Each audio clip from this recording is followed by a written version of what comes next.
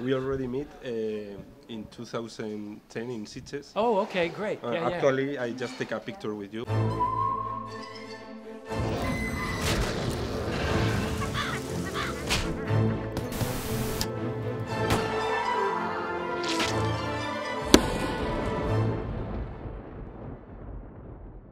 If you have a happy, comfortable life, you can't grow.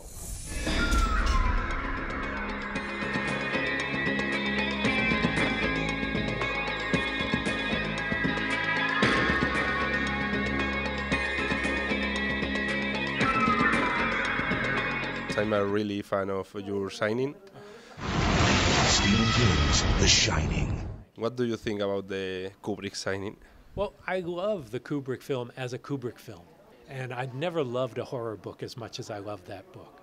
And so when I saw the movie, I was so disappointed because I loved the book so much. Now I can separate the movie and the book. But at that time, it was like, that's not the book. Yeah, I really think it's a great Kubrick film. And I love the film now on its own terms. It's a great Kubrick film, and it's not a Stephen King story. Stephen King was very disappointed with the Kubrick film. He was not happy with it, which is why we made the miniseries. That was his decision. After The Stand was so successful, the network said, "What would you like to make next?" And he said, "I'd really like a chance to do The Shining." The good Shining? Not the good or bad, but the book. Yeah, to do a version of the book. Now, books and movies are different, and they have to be. But King wrote the screenplay himself. And so, you know, it was more in line with the story he wanted to tell.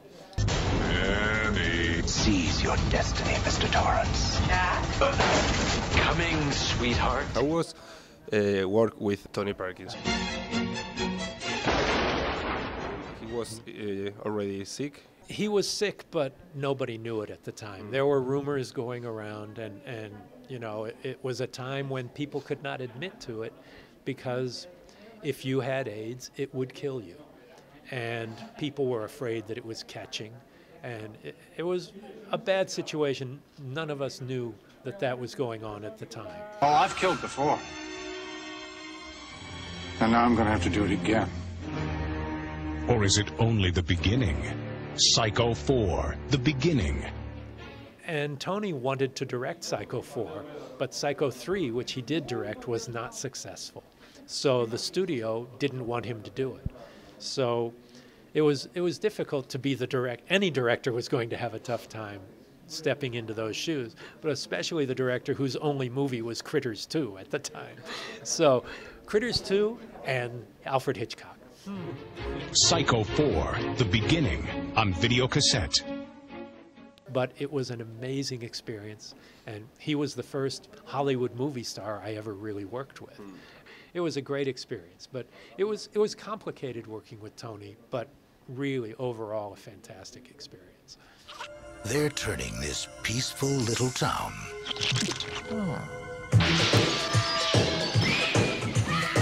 into dinner.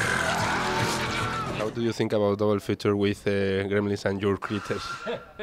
Well, you would see how cheap my movie was compared to his. Obviously, Gremlins is a classic. It's a great film, and it was the first of its kind. There were a lot of rip-offs of Gremlins, and Critters was the first of them, and the best of them. And so Critters 2 was an opportunity.